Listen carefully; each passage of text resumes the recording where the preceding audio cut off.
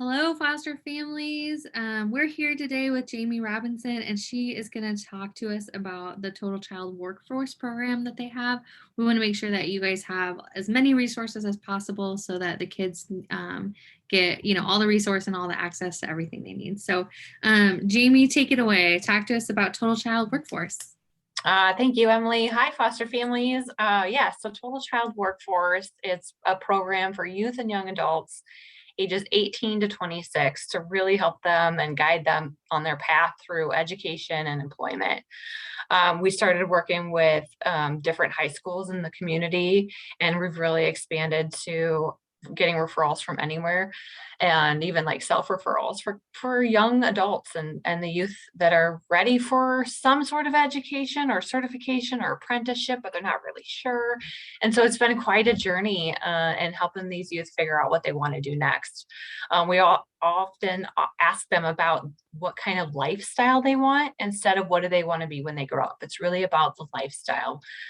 Different lifestyles mean different funding, right? You got to make different amounts of money, but you also have to have a passion or a skill.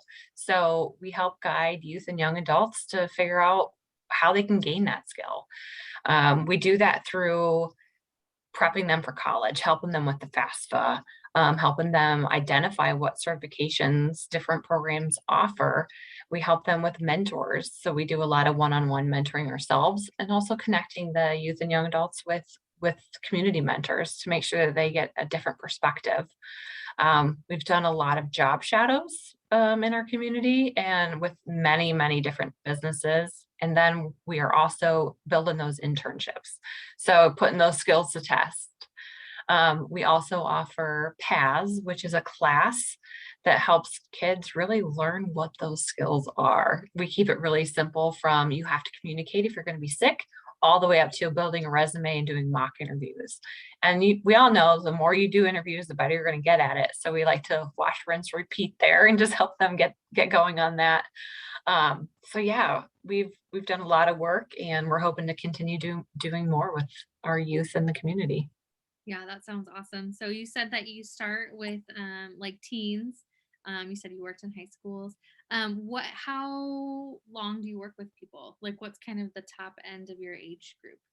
Oh, that's a great question. Yes, we actually follow kids until they turn 26 years old, and our ultimate goal is to help them get to a livable wage of $17 an hour. Um, so we really want to make sure that people find their niche, and then with recent wage increases, I don't think that's going to be too terribly difficult to do. But yeah, and then we follow them up, and we make sure that things are still going well all the way through their 26th birthday. Yeah, that's awesome. As foster, I know a lot of youth in foster care think, okay, so I've graduated.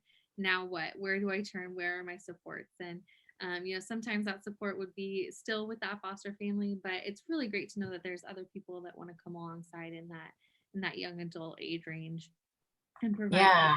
as well. So that's awesome. And you would for sure be a great resource for all of our foster families that are parenting teens and fostering teens and things like that. So that's great.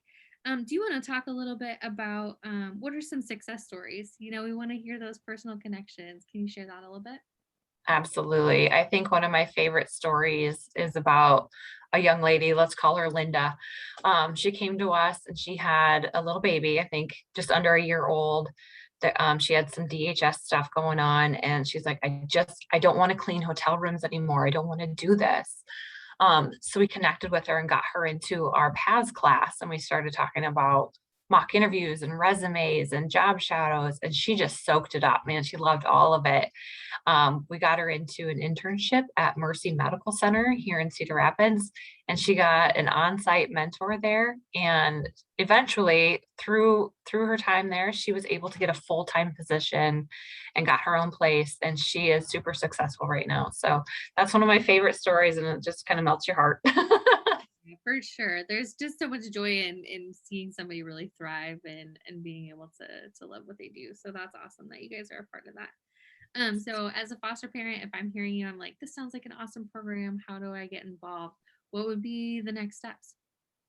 Yeah, so I would say just give me a call. I can share my information with you and the flyer and everything, but you can give me a call at 319-784-2267 or shoot me an email, jrobinson@fouroaks.org. I can answer any questions, connect you, whatever works best. For those kiddos that are over 18, it is a voluntary service, so they would have to sign releases. But we could certainly come and talk to everybody about what we do offer. 9 times out of 10, kids are like, yeah, I need help. I don't know what to do. So, it's just a good service to kind of put in place. And can you talk about like where are you located? Are there services statewide? What does that look like? So currently we're in Linn County. You do have to be a resident of Linn County to get the services here. Um, yeah, unfortunately, we're not out of Linn County yet. Yeah, no, that's awesome. That just helps our foster families know like what area to reach out to for what things. So thanks for mentioning that. That's awesome. Yeah, that's such an important age group and age range, and so we're really just glad that those resources exist for kids in care. So that's great. Any other messages or any words of encouragement that you have for foster families, especially families that are, or even words of advice, for families that are sort of launching kids into adulthood, about Absolutely. transition. Yeah, I would just say, have those open conversations. I think sometimes as adults, we think kids think they know it all and they show off like they do, but really they don't. So keep those conversations open and opportunities. Like I shared earlier, we've done a ton of job shadows, and maybe those kids don't act like it means a big deal to them, but I've learned over time it really, really is. So those opportunities are really amazing. Yeah, that's a very wise word. So, this is Jamie, and Jamie, we're so thankful that you have been with us and shared the information about Total Child Workforce. Awesome. Thanks, Emily. Thank you.